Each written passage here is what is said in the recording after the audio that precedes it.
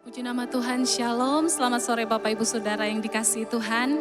Kita bersyukur sore hari ini buat kesempatan, buat anugerah Tuhan. Kita boleh kembali memuji dan memuliakan nama Tuhan.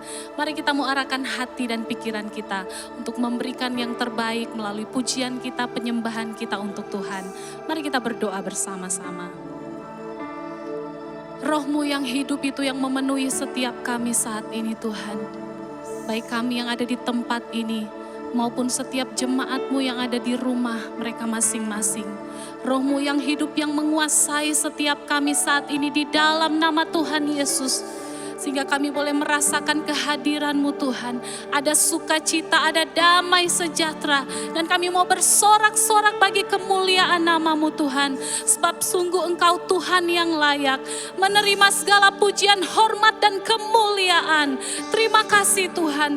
Bekerjalah atas hidup kami saat ini. Di dalam nama Tuhan Yesus kami berdoa dan bersyukur.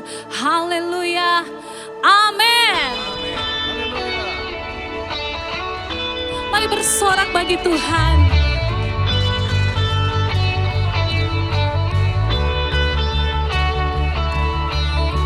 Haleluya. Sebab Kau yang layak terima pujian. Oh Yesus Tuhan.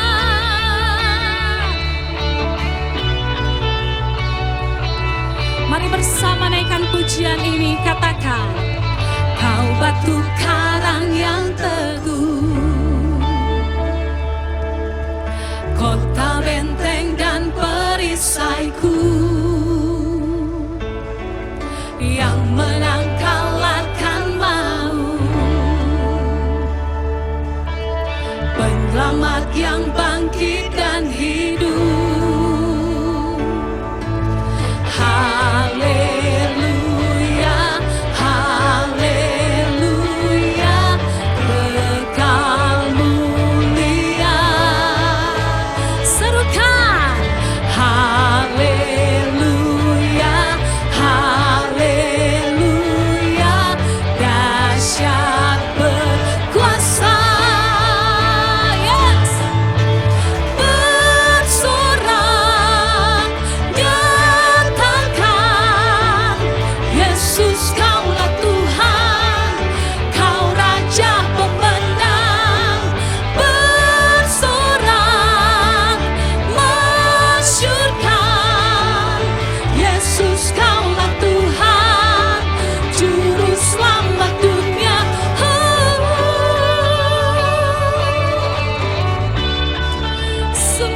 Percaya Tuhan, Engkau penyelamat hidup kami.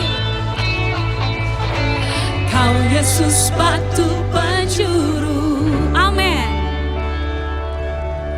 Bagimulah keselamatanku. Oh, yang menang kalahkan maut. Yes. Penyelamat yang bangkit dan hidup. Mari bersama serukan. Haleluya, haleluya, kekal mulia. Oh haleluya, haleluya, haleluya, dahsyat berkuasa.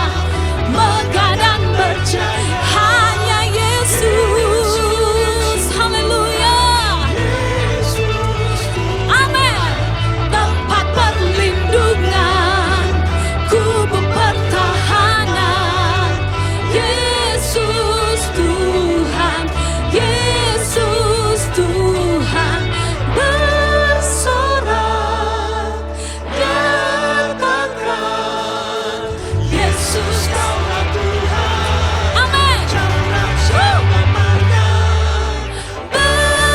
Bersorak,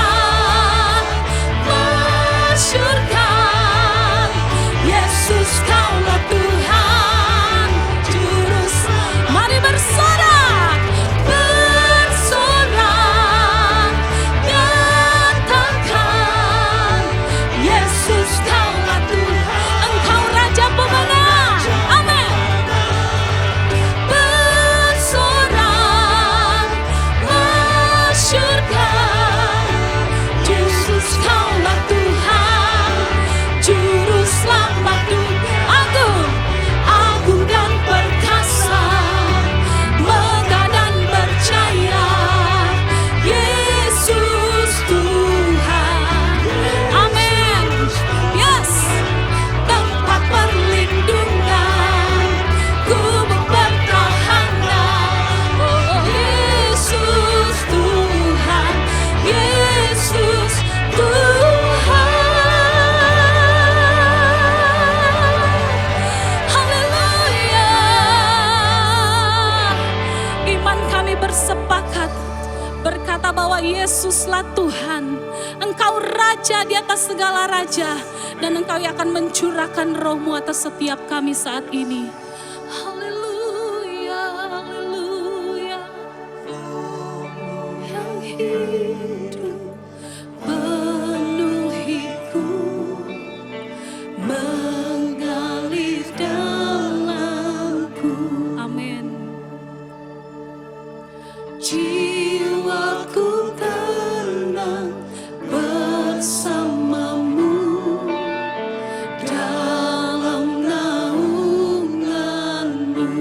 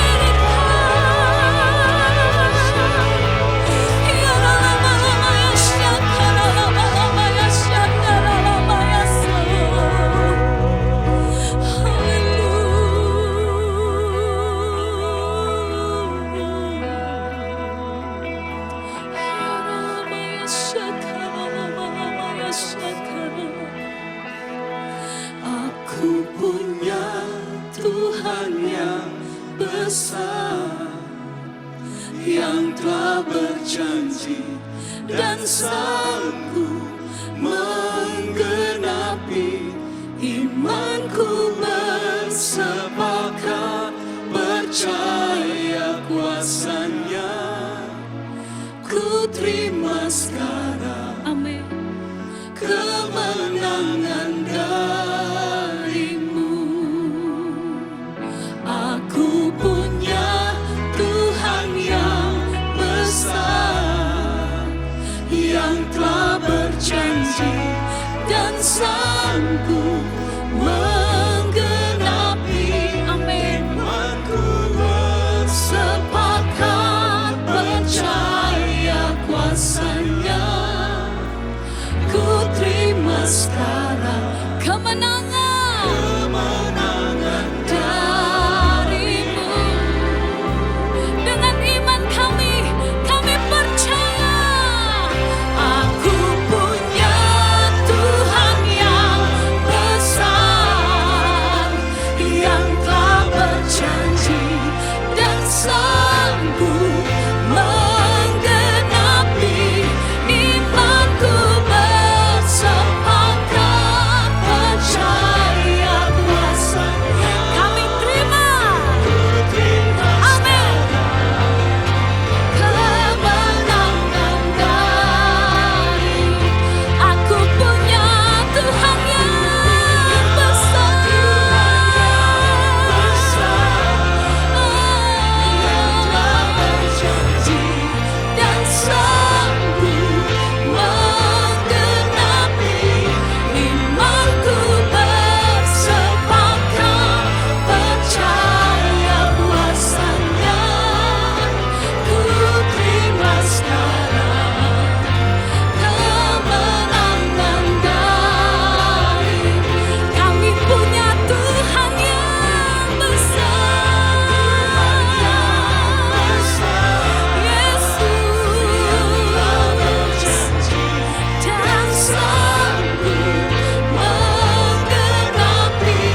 Imanku bersepakat percaya kuasa-Nya, ku terima sekarang kemenangan dari. Bersepakat percaya kuasa-Nya, ku terima sekarang kemenangan. Imanku bersepakat percaya kuasa-Nya, ku terima sekarang kemenangan. Imanku bersepakat percaya kuasa-Nya, ku terima sekarang. Amin. Kemenangan darimu. Haleluya. Kami terima kuasa-Mu.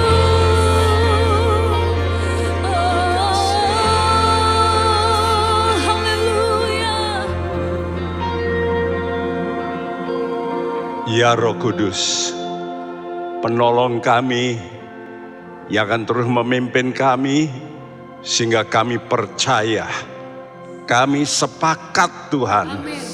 bahwa Engkau menyertai kami, melindungi kami, Amin. dan bahkan memerdekakan kami. Amin. Nama Tuhan kami puji, kami besarkan, kami permuliakan. Dalam nama Tuhan Yesus, semua kita yang percaya berkata bersama-sama, amin.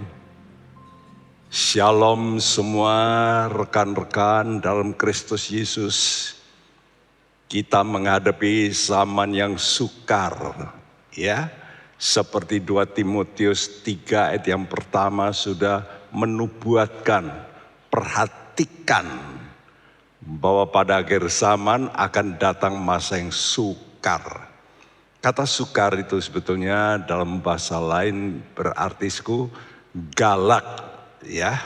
Sehingga kita sekarang diberi waktu sebetulnya untuk persiapan menghadapi masa yang sukar. Jadi lihat gambar kiri ini, saya lihat ada gambar kebetulanku pakai masker. Jadi ini zaman inilah. Jadi ini sebetulnya suatu gladi resik, saudaraku. Untuk kita siap-siap, benar-benar bersiap, supaya saudara itu bisa benar-benar menghadapi zaman yang sukar ini. Ya, yang menjadi pertanyaan, apakah saudara mempunyai tekad? Jadi kita mesti mempunyai tekad untuk benar-benar terpilih. Terpilih apa, Sku? Yang disebut menjadi mempelai Kristus. Karena itu khotbah pada sore hari ini saya beri judul, Sku, yaitu bertekad menjadi mempelai Kristus. Ya, saya beri tanda tanya. Apakah saudara mempunyai ketekatan itu? Kenapa, Sku? Karena kalau saudara tidak sekarang tekad, saudara nanti akan menyusul. Dan saya tuliskannya di bawah, Sku, buah susulan nanti juga punya tekad. Tetapi setelah buah sulung itu terangkat, baru oh iya benar ya. Firman nubuat itu benar terjadi. Lalu mereka berkata, oke, kalau begitu, yuk kita sama-sama punya bertekad, rela menderita oleh karena cinta. Nah, saya perhatikan memang Tuhan mendidik kita tanpa menderita. Tidak mungkin kita ini menjadi sempurna, iman kita. Tidak mungkin. Karena itu sekarang kalau sudah menderita sedikit, mungkin perasaanmu ya terganggu. Dan kau nggak mau, engkau saya mau menurut saya. Engkau tidak mau tunduk. Nah, pikiranmu tidak mau tunduk. Kehendakmu tidak mau tunduk. Ya, kata Tuhan, itu pilihan. Jadi nanti saya ulangi gambar ini, tapi saya tambah sedikit dari minggu lalu. MS itu masa sengsara, orang akan memilih. Milih menjadi hamba Tuhan, betul-betul hamba. Kalau hamba itu ya mesti nurut. Atau diri mau jadi Tuhan. Kalau mau jadi hamba Tuhan, dia mesti mempunyai satu kriteria penting, yaitu takut akan Allah. Kata takut akan Allah itu bukan berarti ketakutan, bukan.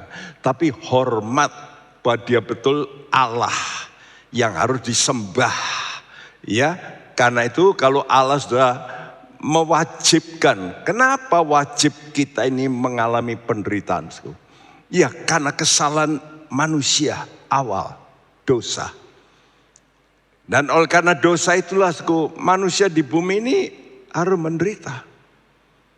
Namun Tuhan sekarang mau supaya merekrut orang-orang yang tidak mau tunduk kepada yang namanya ajakan nafsu yang digelorakan oleh iblis.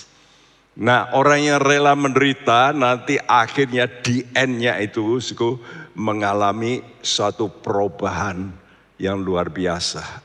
Seperti ulat, jadi kepompong, dia selama 21 hari 3 minggu tidak makan lagi. Biasanya makan daun merusak, sekarang dia berhenti. Nah, dia pasti mengalami sesuatu proses. Ya, jadi berpuasa 21 hari kurang lebih, lalu berubah menjadi kupu-kupu. Nah, kita pun begitu. Ya. Tapi kalau kita mau nuruti kemauan kita sendiri, kita nggak mau yang namanya nurut sama Tuhan, tidak mau tunduk kehendak kita, pikiran kita, perasaan kita, maka kita pilih lebih baik aku sembah antikris daripada nanti aku dianiaya. Memang bebas aniaya, tapi akhirnya neraka kekal.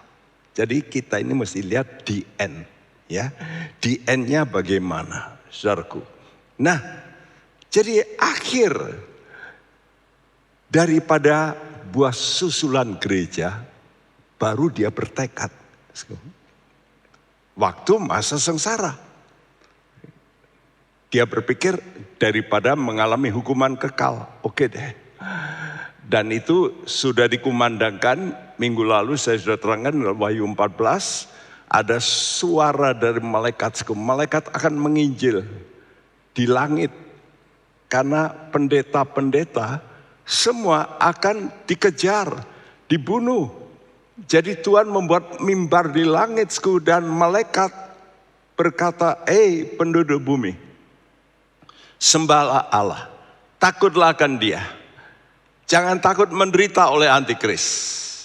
Ya, jikalau kamu tidak takut akan Allah, maka akhirnya neraka.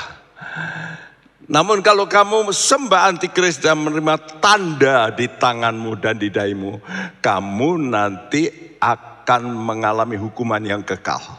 Ya, kalau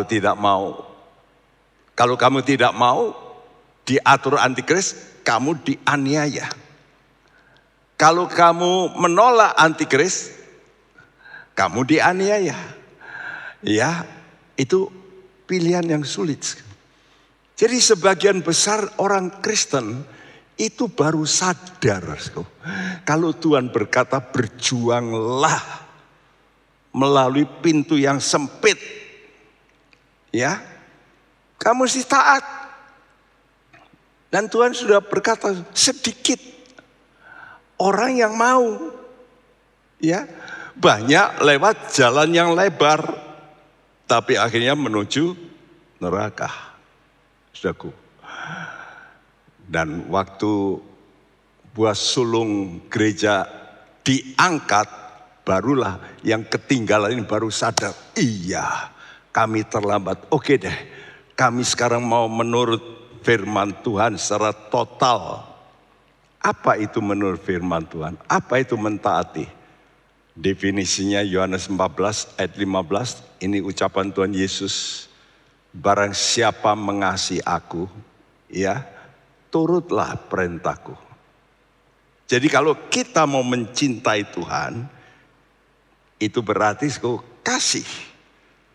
Kasih itulah yang membuat kita bisa masuk kelompok mempelai. Ya, sayang, saudaraku sadar setelah buah sulung terangkat. Nah, ini sayangnya di situ. Yuk kita melihat gambar ini lagi supaya saya ulang-ulang supaya saudara jangan sampai tidak mengerti dengan baik. Ya, saudaraku, satu hari kita nggak tahu kapan Tuhan akan datang di udara. Yang saya tuliskan di atasku, kedatangan Kristus di udara, itu yang disebut parousia. Dan Tuhan datang seperti pencuri. Tidak terlihat oleh manusia pada umumnya, dan Tuhan datang untuk menjemput, ya, karena itu yang disebut BSG, buah sulung gereja ini diangkat. Nah, jadi pilih, saudara mau jadi buah sulung gereja, atau saya kasih titik-titik itu, ya, ada dot itu, menjadi buah susulan gereja. Banyak orang sadar setelah kloter pertama terangkat. Baru, wah ya benar ya. Dulu nubuat itu benar. Yuk kita sekarang sungguh-sungguh. Tidak ada pilihan lain. Ikut Yesus supaya masuk surga. Tapi antikris berkata, kalau kamu ikut Yesus, kami aniaya. Dan mereka mau. Saya sudah terangkan itu minggu lalu. Bahwa dalam Wahyu 6 banyak orang akan mati, memilih mati. Ya, jadi permulaan sengsara ini oleh Babylon agama. Ya, itu nanti ada penerangan yang lain. Nanti saya terangkan Babylon agama. Tapi yang di tengah itu dimulai di tengah antikris nanti akan muncul. Dan dia berkata, aku Allah. Semua manusia harus sembah aku. Nah, inilah permulaan sengsara besar. Ya, namun banyak orang-orang Kristen saat itu yang tertinggal mau menderita. Karena mereka ingin selamat. Ya, nah sekarang menjadi pertanyaan semua, apa tuh syarat menjadi mempelai Kristus? Pertama, tentu dikenal. Kalau sudah tidak dikenal, mana bisa? Tuhan kata nanti banyak orang berkata, aku sudah melakukan, aku sudah ini, aku sudah bernubuat, aku ya mengusir setan, bahkan apa kata Tuhan? Aku tidak kenal. Ya, jadi yang utama itu sudah mesti dikenal. Kedua, saudara mesti mempunyai kasih. Kasihmu mesti sampai taraf agape, kasih ilahi. Nah, untuk mencapai kasih ilahi ini adalah startnya itu dari iman. Ya, jadi kualitas mempelai itu harus punya kasih agape. Kalau sudah punya kasih, sudah pasti dikenal oleh Tuhan. 1 Korintus 8 ayat 3 berbunyi, Tetapi orang yang mengasihi Allah, ia dikenal oleh Allah. orang yang mengasihi Allah, ini syarat. Jadi kalau sudah berkata, Tuhan, aku mengasihi Engkau, aku mengasihi Engkau. Apa mengasihi? Menurut. Dan siapa yang menurut? Status apa? Hamba. Karena itu saya mau tekankan dalam khotbah sore ini tentang kita mesti mempunyai roh kehambaan dulu. Kalau kita tidak punya roh kehambaan untuk patuh, full, saudara bisa luput menjadi mempelai Kristus. Dan itu dimulai oleh imanmu. Tuhan itu kasih iman. Tapi imanmu ini harus engkau kerjakan. Supaya bisa bertumbuh dari iman kepada iman. Ya, sudah lihat? Iman itu dua ya. Iman anugerah yang diberi oleh Tuhan. Tapi ada iman yang menjadi buah roh. Buah roh apa? Kasih. Agape. Nah, iman ini dikerjakan dengan apa? Kata Tuhan, kamu mesti menambah imanmu dengan kebajikan. Jadi lakukan perbuatan baik. Ya. Dan setelah kamu berbuat baik, kamu mungkin bisa dibalas tidak baik. Tapi kamu mesti mempunyai pengetahuan. Tuhan yang balas, bukan orang itu. Nah, kalau kamu sudah tahu, kamu mesti bisa tahan. Kalaupun terus orang tidak baik terus, engkau mesti menguasai diri. Dan ini mesti terus tekun.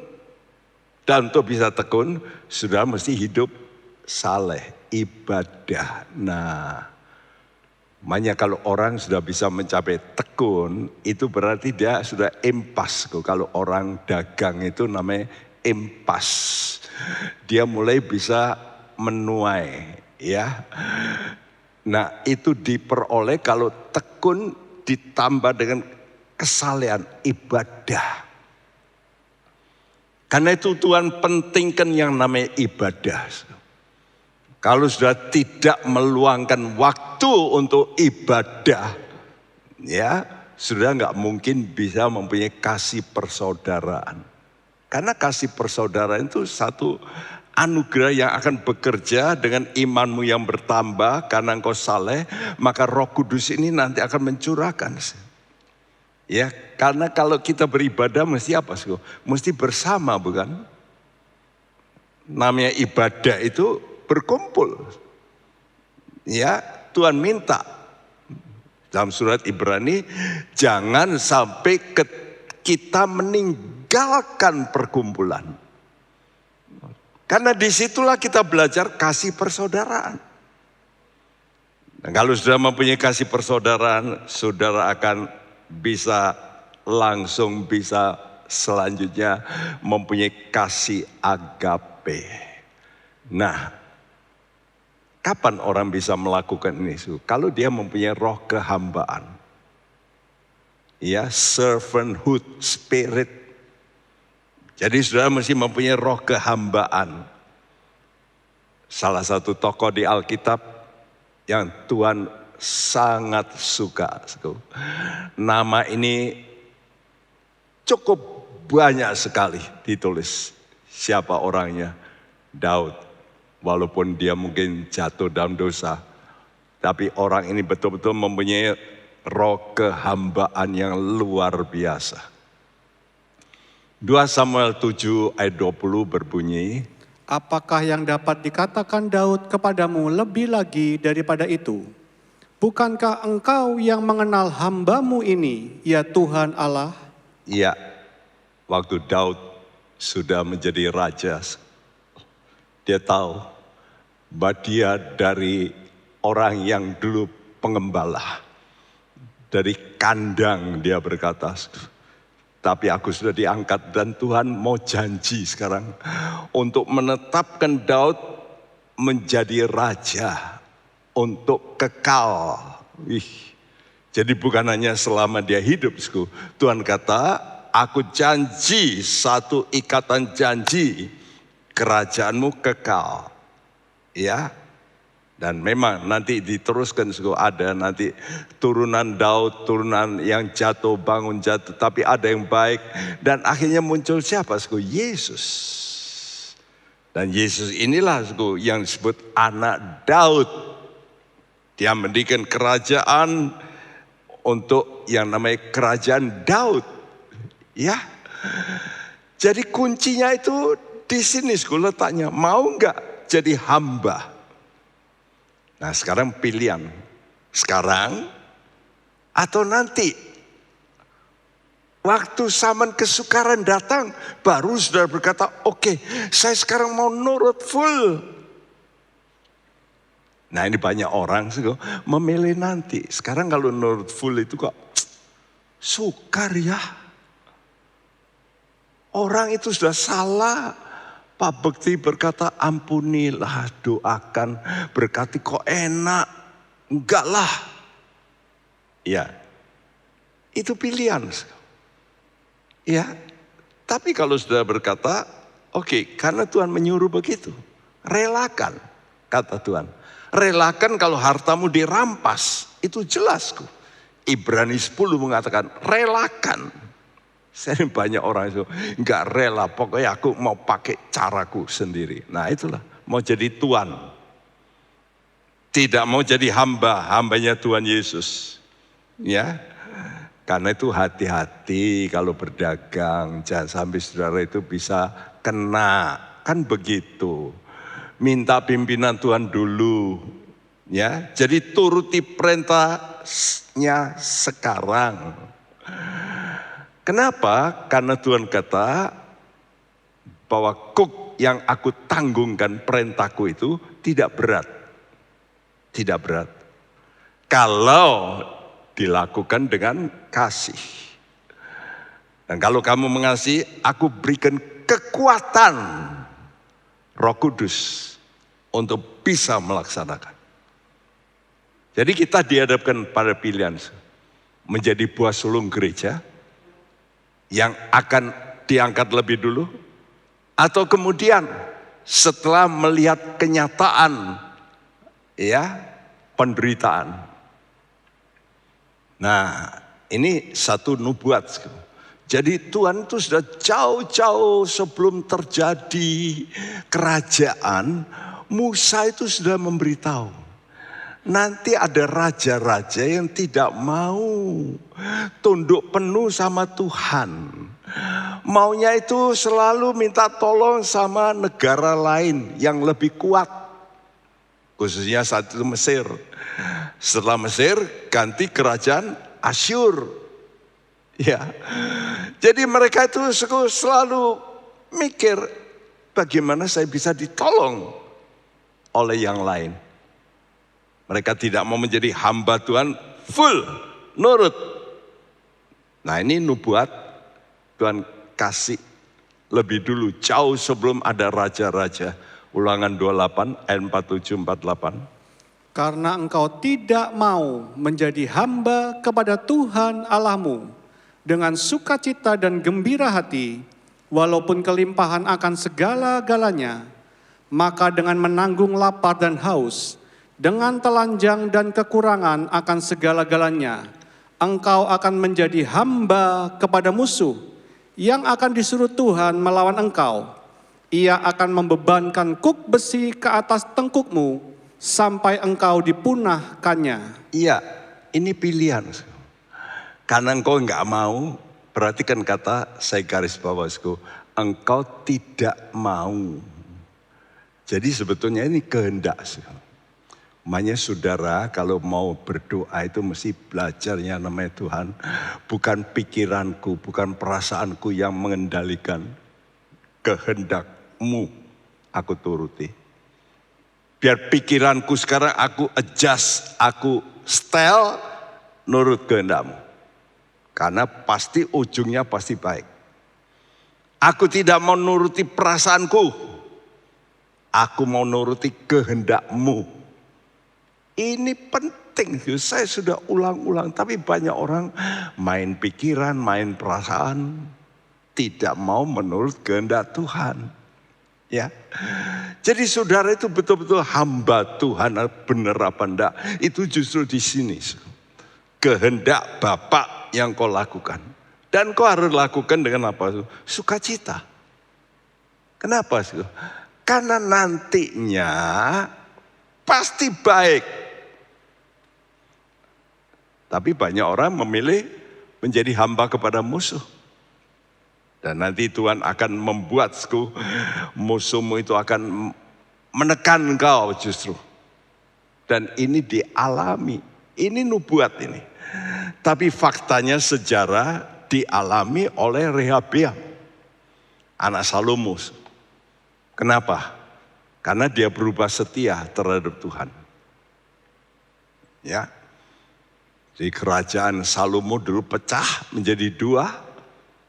Yaitu kerajaan utara yang dipimpin oleh hamba daripada Salomo, Yerobeam, dan anak Salomo, Rehabeam. Cuma dua suku anak Salomo ini. Dan di tengah dua suku itu dia masih berubah setia terhadap Tuhan. Oh, dia ditegur, suku. Dan dia tegur, dia sadar.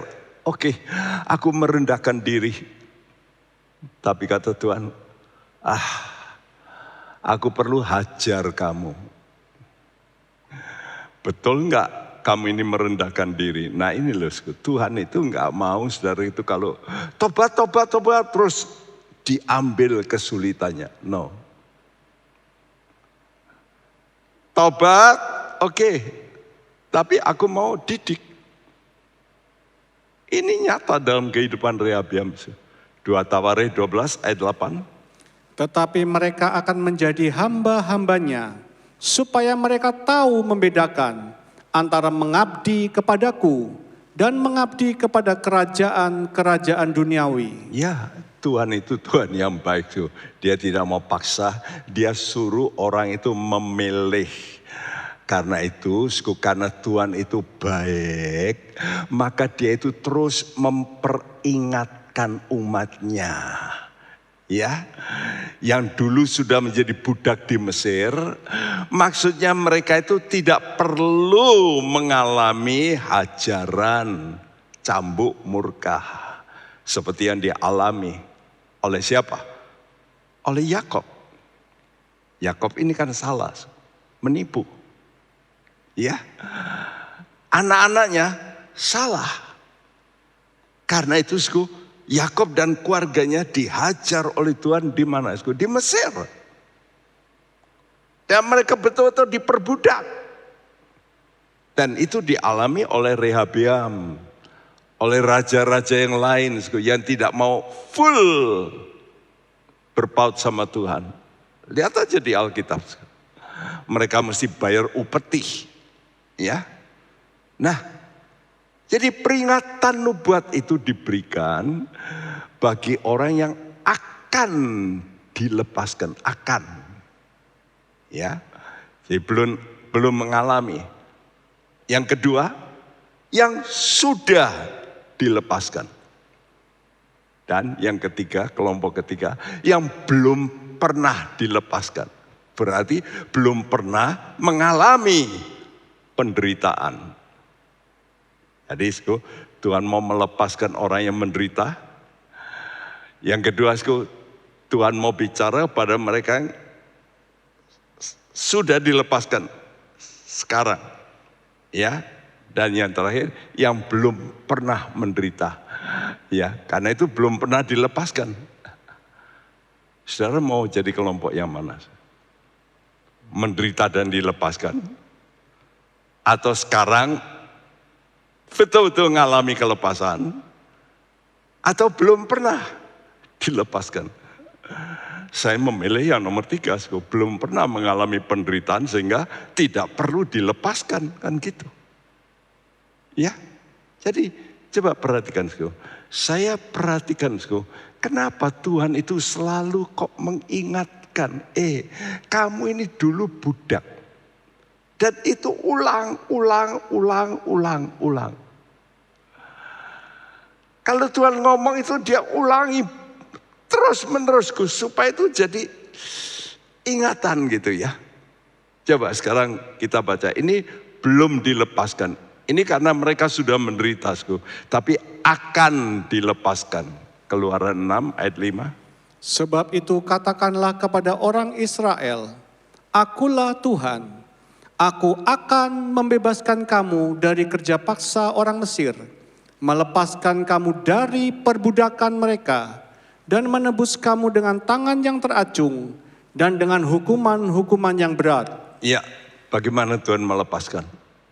Waktu mereka percaya darah anak domba, mereka lepas. Ya, ini bagi mereka yang belum mengalami kelepasan dan akan dilepaskan. Yuk, percaya Yesus, darahnya membebaskan saudara dari hukuman. Tapi yang kedua, yang sekarang dilepaskan, ya, Keluaran 13 ayat 3. Lalu berkatalah Musa kepada bangsa itu, peringatilah hari ini, sebab pada hari ini kamu keluar dari Mesir, dari rumah perbudakan. Karena dengan kekuatan tangannya Tuhan telah membawa kamu keluar dari sana. Sebab itu tidak boleh dimakan sesuatu pun yang beragi. Ya. Lalu Musa berkata pada bangsa itu, peringatilah hari ini. Jadi sekarang, now ya. Kadang-kadang sudah mengalami di gereja, setelah dengar firman, kelepasan terjadi. Nah itu ya. Tapi diingatkan Tuhan, sebab hari ini engkau keluar dari Mesir, dari rumah perbudakan. Dan kamu harus ingat, kalau kamu sudah dilepaskan, tidak boleh makan sesuatu yang beragi. Apa itu ragi? Ini bicara tentang pengajaran orang Farisi, ya, ragi orang Farisi. Apa, pura-pura, tidak jujur. Jadi kalau orang tidak jujur, kata Tuhan, hati-hati loh. Kamu sih setelah dilepaskan itu, kamu sekarang mulai benar, jujur. Supaya kamu tidak terjerat kembali dalam penderitaan. Ya, jadi hati-hati kalau kita ini sudah menjadi orang Kristen yang hari ini dilepaskan, cobalah jangan mengalami ulang-ulang penderitaan, ulang-ulang. Coba sekarang hidup benar, jujur. Supaya tidak terjerat kembali. Sekarang nubuat bagi yang belum pernah dilepaskan dari derita. Keluaran 13 ayat 14. Dan apabila anakmu akan bertanya kepadamu di kemudian hari, apakah artinya itu? Maka haruslah engkau berkata kepadanya, dengan kekuatan tangannya Tuhan telah membawa kita keluar dari Mesir, dari rumah perbudakan. Iya. Untuk anakmu kalau bertanya di kemudian hari. Jadi jelas anak-anak ini tidak ngerti tentang perbudakan Mesir. Betul nggak? Mereka nggak pernah ngalami penderitaan. Tapi kamu mesti kasih tahu. Ya, kekuatan tangan Tuhan itu yang membawa kita keluar dari Mesir. Dari rumah perbudakan. Supaya kamu jangan mengalami penderitaan seperti ayahmu generasi sebelumnya. Nah ini untuk kita sebetulnya yang belum mengalami sengsara besar nanti. Yuk kita dengarkan firman Tuhan ini. Supaya kita tidak mengalami perbudakan, penderitaan. Inilah yang disebut buah sulung gereja yang mau dengar. Nggak perlu dipukul. Tapi dengar firman Tuhan terus nangkep, oh iya. Jadi sudah mesti terima nasihat. Kalau orang terima nasihat, dia tidak perlu dihajar. Jelas ya. Karena itu ini yang harus kita pilih. Ya. Nah, perhatikan Asku. Hukum Taurat, ini gambarnya Asku. Ini disebut hukum kasih. Betul nggak Asku?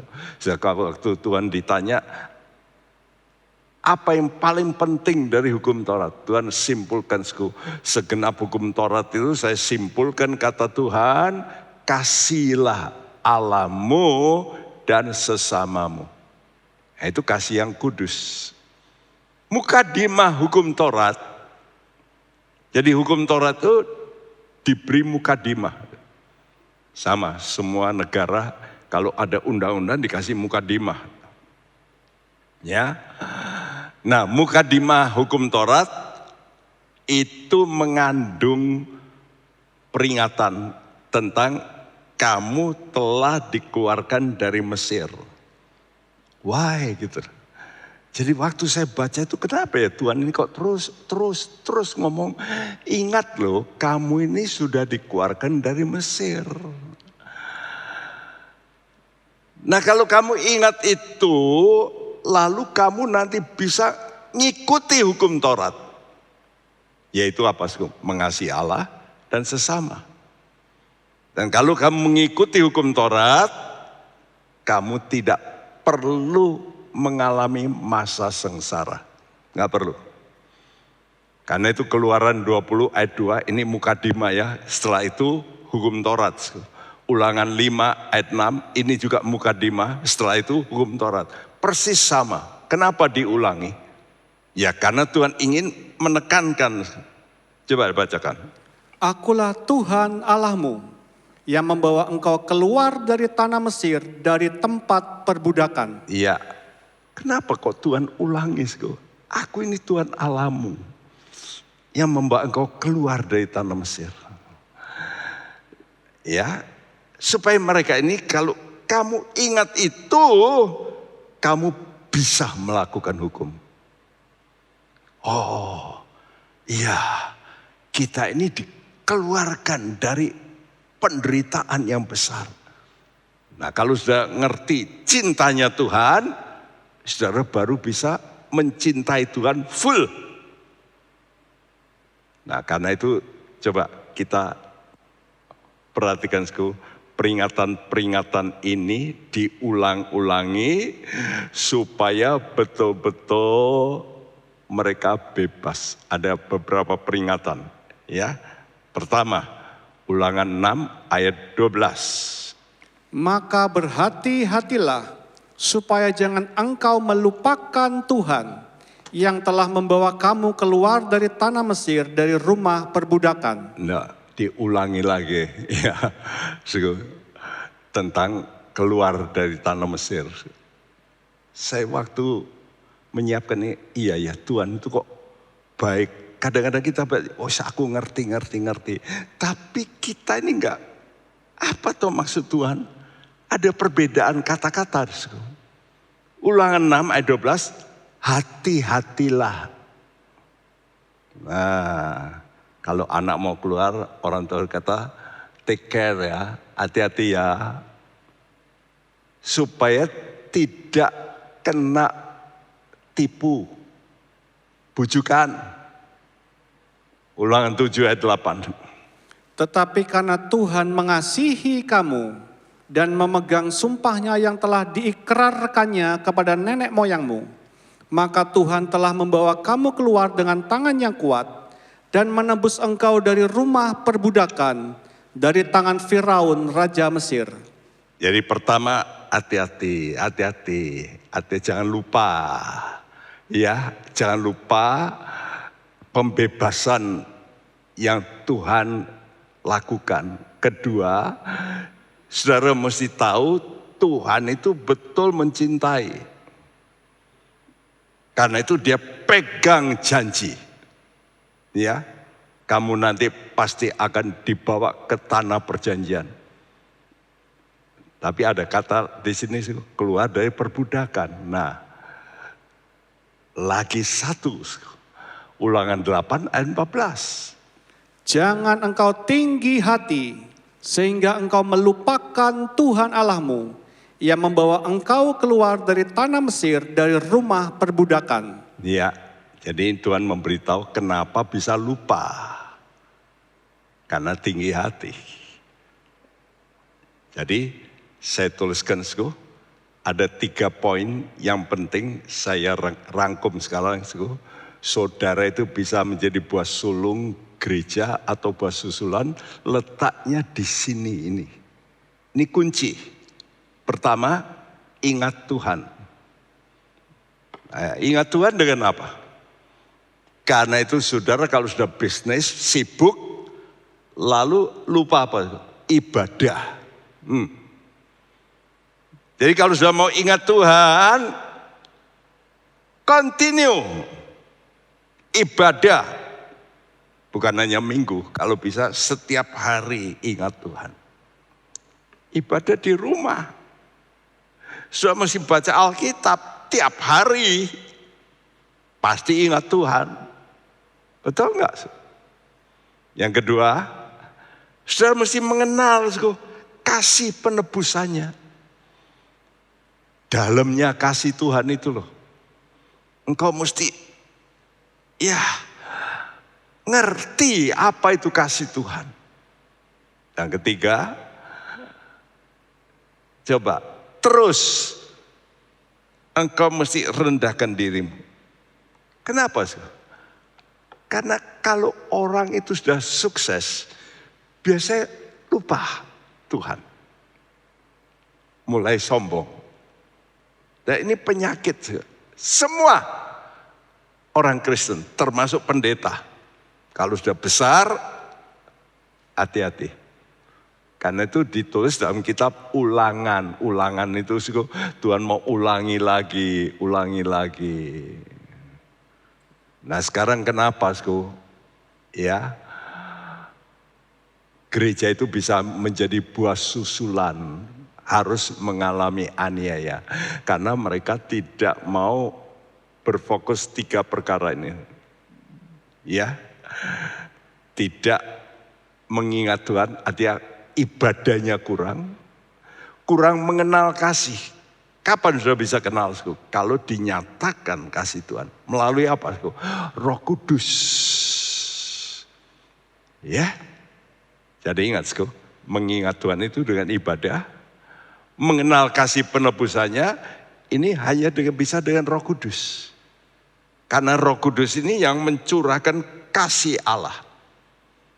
Yang ketiga, merendahkan diri dengan apa? Dengan sudah melayani. Melayani orang-orang yang rendah. Ya, belajar melayani. Nah, sekarang kita kembali ke Kidung Agung. Kita baca ayat 7-9 pasal 5 berbunyi. Aku ditemui peronda-peronda kota, dipukulinya aku, dilukainya, baju luarku dirampas oleh penjaga-penjaga tembok. Kusumpahi kamu putri-putri Yerusalem, bila kamu menemukan kekasihku, apakah yang akan kamu katakan kepadanya? Katakanlah kepadanya, aku sakit dengan cinta. Apakah kelebihan kekasihmu daripada kekasih yang lain? Hai jelita, di antara wanita? Apakah kelebihan kekasihmu daripada kekasih yang lain, sehingga kau sumpahi kami begini? Ini dialog. Saya kasih kurung-kurung ini supaya saudara bisa mengerti siapa yang ngomong, ya. Jadi yang ngomong ini yang pertama, buah susulan gereja, artinya gereja yang nanti mengalami masa aniaya. Dia berkata, aku ditemui peronda kota, dipukulinya aku, dilukainya, baju luarku dirampas. Ya. Lalu dia ketemu dengan kelompok berikut, putri-putri Yerusalem. Ya. Putri Yerusalem, apakah kalau kamu menemukan kekasihku, katakan, aku sakit dengan cinta. Tell him that I'm sick with love. Ini terjemahan yang lebih benar ya dari bahasa Indonesia. Lalu ditanya oleh putri Yerusalem, apa toh kelebihannya kekasihmu itu dari kekasih lain? Hai jelita.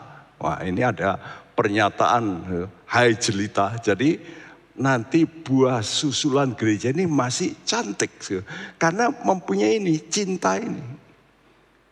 Aku tanya, apa toh kelebihan kekasihmu?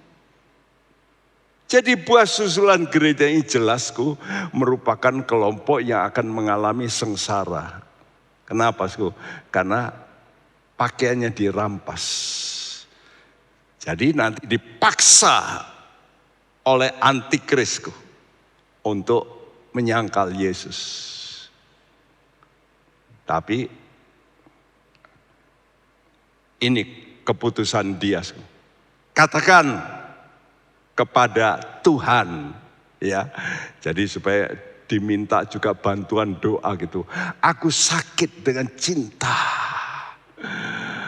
Katakan pada Tuhan bahwa kami ini walaupun menderita, kami mau cinta Yesus.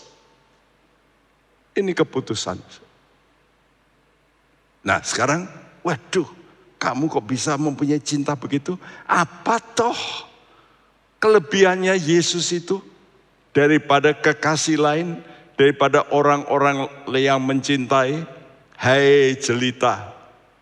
Jadi ada pengakuan, ya. Jadi saya tulis begini, pertanyaan putri-putri Yerusalem. Siapa itu putri Yerusalem? Saya gambarkan ini sebagai orang Yahudi yang memang juga percaya Taurat.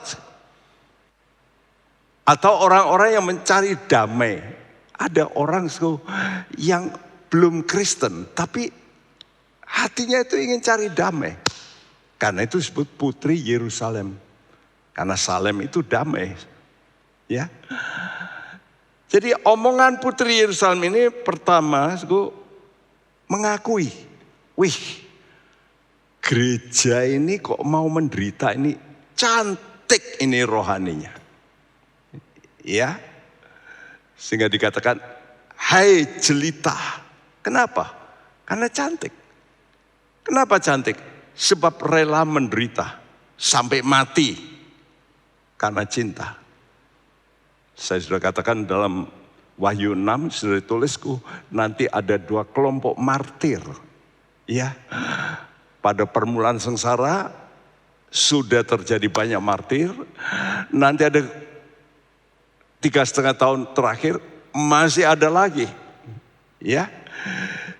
Kenapa? Karena pada masa itulah mereka baru mengenal Yesus, betul-betul mengenal siapa Yesus.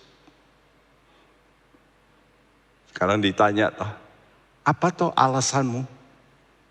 Kok kamu ini cinta Yesus? Nah ini kunci ini. Iya. Jadi alasan pengakuan cintanya. Coba dibacakan. Apakah kelebihan kekasihmu daripada kekasih yang lain, sehingga kau sumpahi kami begini? Pertanyaan ini dapat diartikan begini. Apa toh kelebihan Tuhan Yesus daripada manusia lain yang baik hati? Dari mamamu yang mengasihi engkau? dari om, tante, dari temanmu yang membantu kamu. Apa toh kelebihan Tuhan Yesus? Nah ini jawabannya. Ayat yang berikut berkata, putih bersih dan merah cerah kekasihku, menyolok mata di antara selaksa orang. iya, diulangi. Putih bersih dan merah cerah kekasihku, menyolok mata di antara selaksa orang. Iya, suku. Wah, ini pengakuan sekarang dari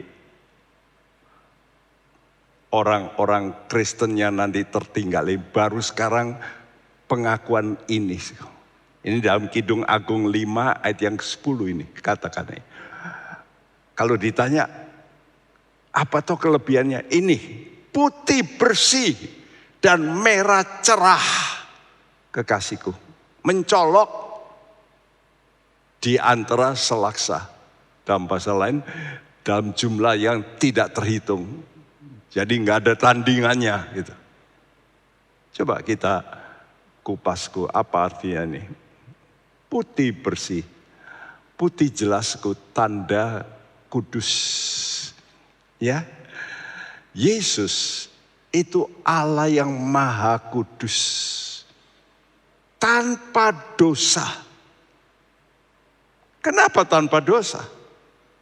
Karena dia dilahirkan bukan dari manusia keturunan Adam. Tidak. Maria mengandung bukan oleh karena Yusuf.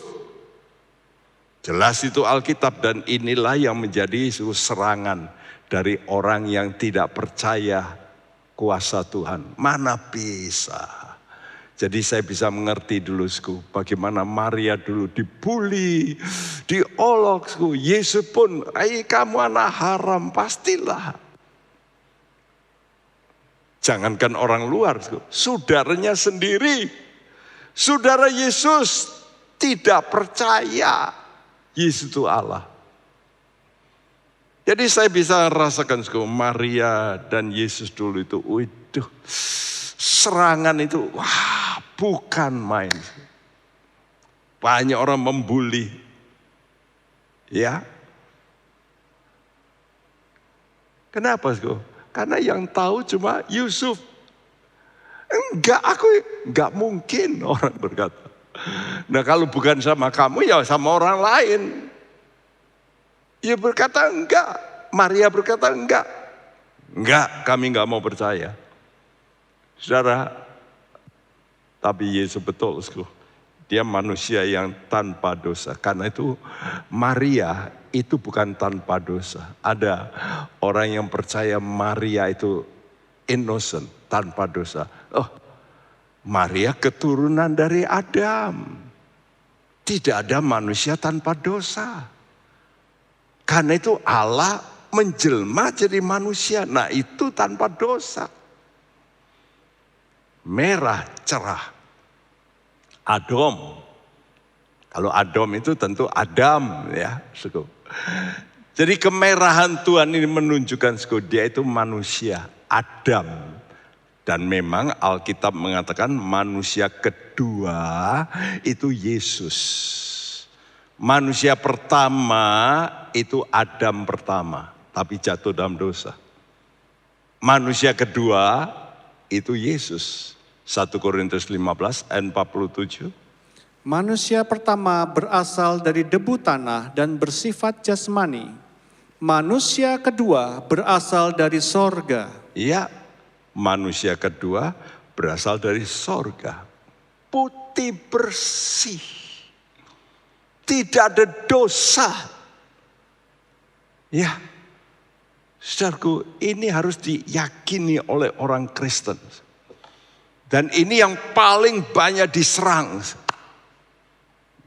Bahkan beberapa kelompok yang mengaku agama Kristen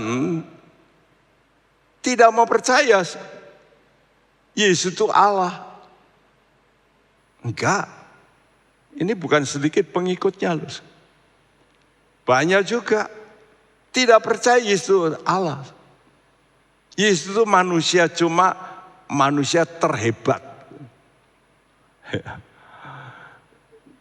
Nah, ini karena aku tidak mau percaya bahwa Allah itu menjelma jadi manusia. Ini kunci keyakinan yang harus membuat kita benar-benar punya roh yang namanya roh yang benar. The Spirit of Truth. Inilah roh kebenarannya nanti akan diserang habis-habisan. Nah, mari kita perhatikan ini. Jadi yang Tuhan inginkan itu, saudara itu mengenal. Ya. Kalau sudah mengenal Tuhan, baru sudah bisa mengasihi Tuhan. Karena itu kalau saudara mau menjadi gereja yang nanti akan mengalami pengangkatan lebih dulu, tidak mengalami masa penderitaan, ayolah. Waktu pandemi ini kenapa Tuhan izinkan pandemi? Tadi saya berjalan dengan teman yang dia berkata, wah Pak Bekti, ada untungnya ya pandemi. Loh iya Pak, saya berkata. Sebab saya melihat dengan pandemi ini banyak orang lalu blocking diri lalu baca Alkitab. Iya Pak, sekarang saya banyak baca Alkitab. Oh puji Tuhan. Ya, tapi banyak orang sekarang pandemi ini justru apa ya kok enggak kerasan di rumah ya kok gini. Ayo jalan-jalan. Saudaraku, kenapa Tuhan izinkan pandemi? Saya berkata ini anugerah Tuhan. Ya, orang-orang yang sekarang punya kekayaan tapi nggak bisa make kekayaannya. Nah baru sadar saat ini. Mereka kaya. Tapi kadang-kadang bisa kebutuhan sehari-hari sukar. Kenapa? Mereka punya aset. Tapi sulit menjual dan sebagainya. Kenapa? Tuhan ingin membuat orang itu bisa rendah. Cari Tuhan. Jadi hamba. Nurut. Kita mesti percaya, kenal ini. Allah yang maha mulia. Mau turun, rela turun. Menjadi manusia yang hina. Yang disalibkan. Ini kita mesti kenal kasih Tuhan. Kalau kita tidak kenal kasih Tuhan ini. Kita tidak mungkin bisa mengasihi Tuhan dengan sepenuh. Hanya kalau engkau mengerti korbannya Yesus. Korbannya Tuhan Allah kita. Mau menyerahkan diri, mati. Sudah tidak mungkin bisa mengasihi Tuhan. Sehingga engkau bisa bertekuk lutut. Tuhan, kami hamba.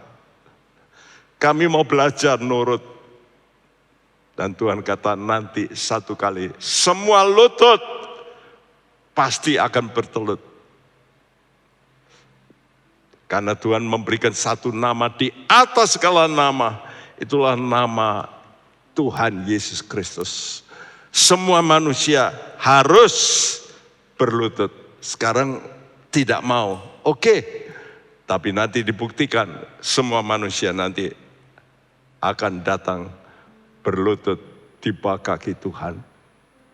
Dan inilah hari yang besar di mana orang nanti akan baru menyadari Tuhan, Engkau betul-betul mencintai kami.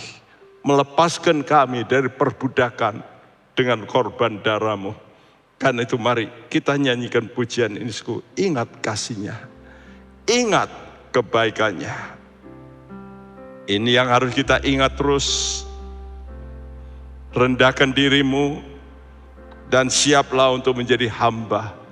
Patuh kepada Tuhan dengan total. Ingat kasih-Nya. Ingat kebaikannya. Amin. Dan anugerahnya selamatkanku.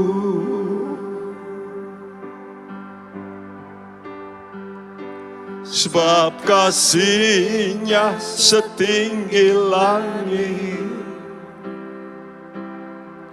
kasih setia Allah pada kita.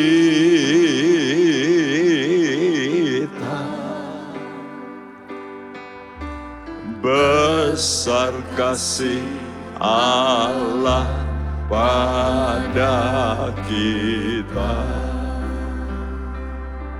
Ingat kasih-Nya, ingat kasih-Nya. Amin Tuhan. Ingat kebaikan-Nya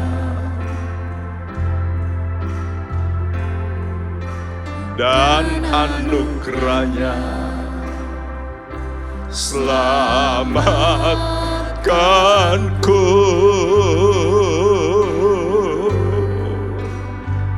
Sebab kasih-Nya setinggi langit,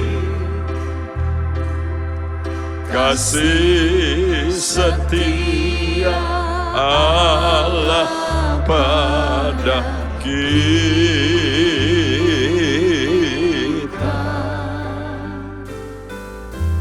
Besar kasih Allah pada kita.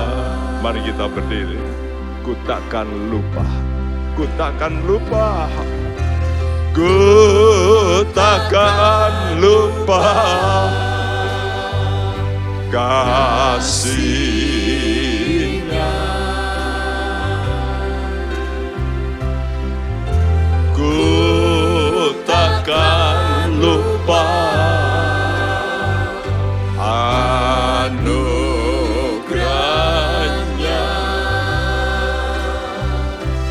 Dia penuhkan,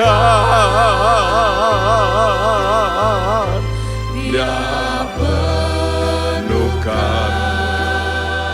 Amin. Dia puaskan, hasratku, ku takkan lupa.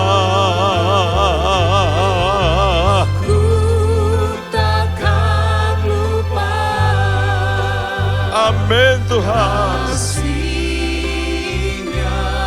Kasih-Mu Tuhan, ku takkan lupa.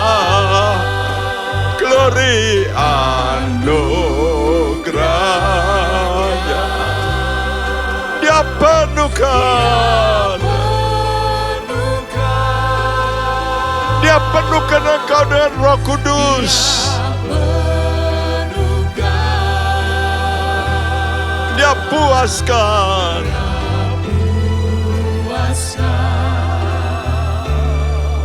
hasratku, ku takkan lupa.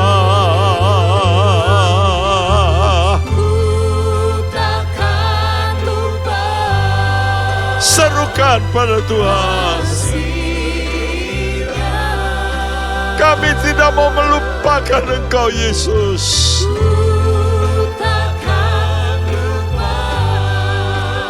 Anugerah-Mu, Dia penuhkan. Oh, Dia penuhkan. Haleluya, Dia puaskan.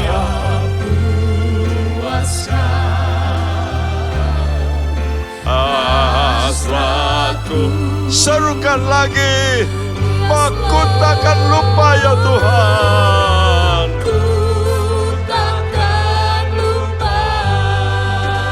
Amin. Amin Tuhan, ku takkan lupa.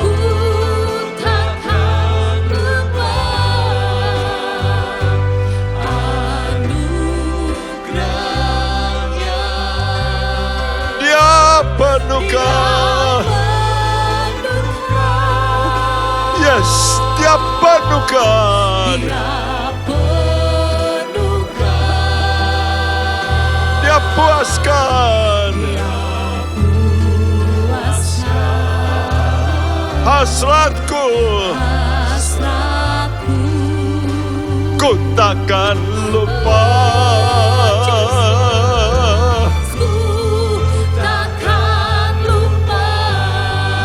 Mari berseru, penuhkan aku dengan kasih-Mu Roh Kudus. Ku takkan lupa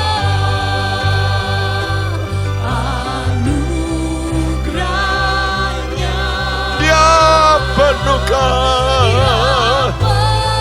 Amin. Penuh umat-Mu, penuh Tuhan. Oh yes Lord, yes Lord, yes Lord.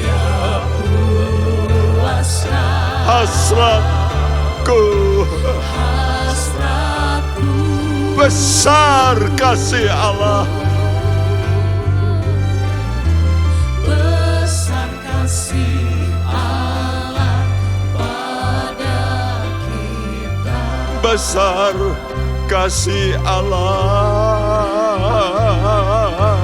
Besar kasih Allah Pada saya. pada Oh besar kasih Allah pada saya. besar kasih Allah Oh yes Tuhan. pada saya. Oh ya penuhkan umat-Mu Tuhan.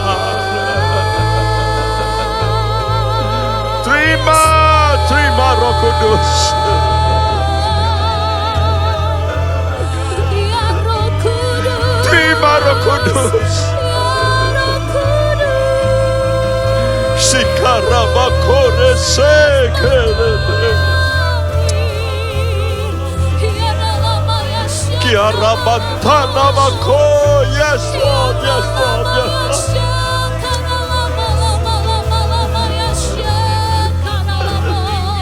Ya umat-Mu dipenuhi dengan Roh-Mu Tuhan. Glory, glory.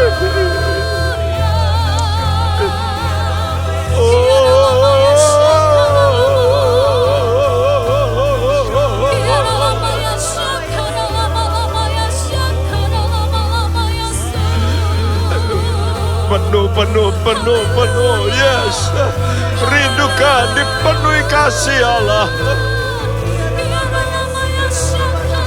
Kiaraba shakaraba laba laba sheketaraba. Jesus, Jesus. Kiaraba sheketaraba.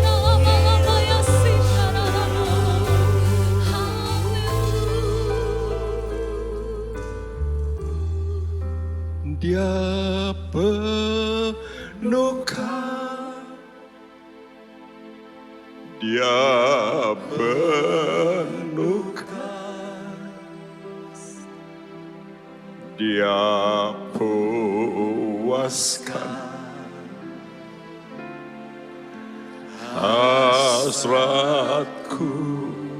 Dia penuhkan, Dia penuhkan. Dia penuhkan. Yes Lord, yes Lord. Dia penuhkan. Dia puaskan. Haleluya, haleluya. Hasratku. Besar kasih Allah. Besar kasih Allah pada kita.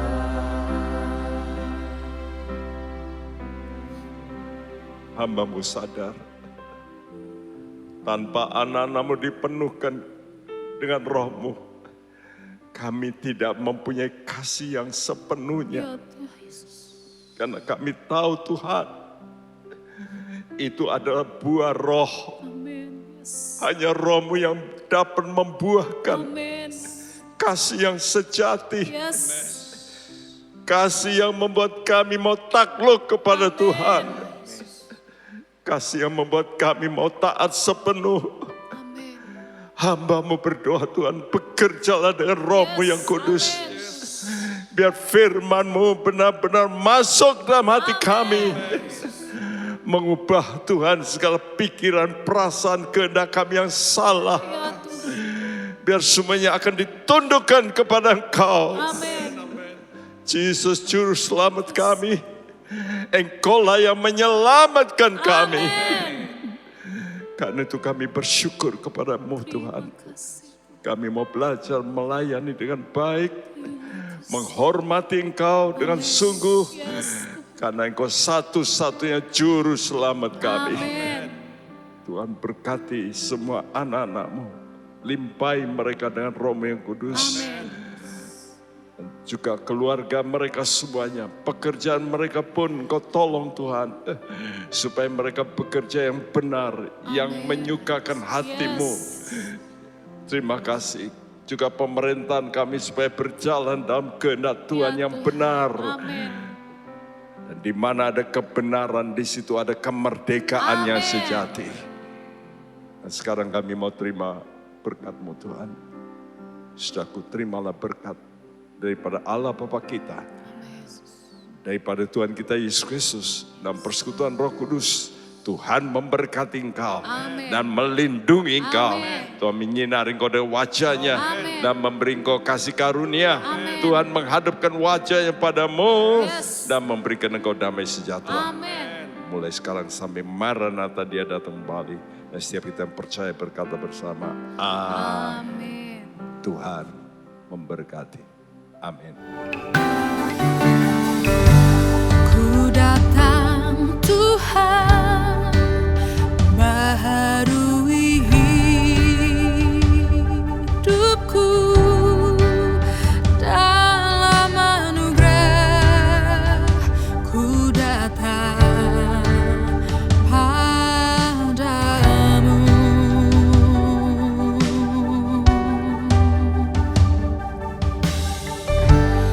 Ku tahu Tuhan, semua kelemahanku kan dihapuskan oleh kuasa kasih-Mu.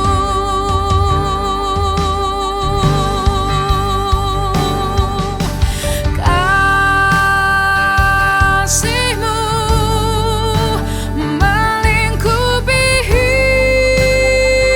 hidupku dan bawaku dekat padamu.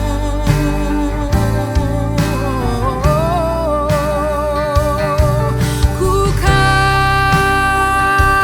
terbang bagaikan raja wali. Roh-Mu mengangkatku terbang lebih tinggi oleh kuasa kasih-Mu. Hai Inspiration People, jangan lupa untuk mengikuti iGen Online Service setiap Sabtu jam 5 sore di YouTube channel Generasi Inspirasi. God bless. Hai Sobat Namba, ibadah Zoom Anak Namba akan diadakan 2 kali, setiap minggu kedua dan minggu terakhir, jam 8 pagi untuk adik-adik yang belum sekolah sampai kelas 3 SD, dan jam 9 pagi untuk adik-adik kelas 4 sampai kelas 6 SD. God bless you. Penyaluran kolekte maupun persembahan lainnya dapat dilakukan melalui transfer ke nomor rekening gereja dengan nomor 009 707 2071 atas nama Megawati dan Lee Irwande atau dengan scan QR code berikut ini.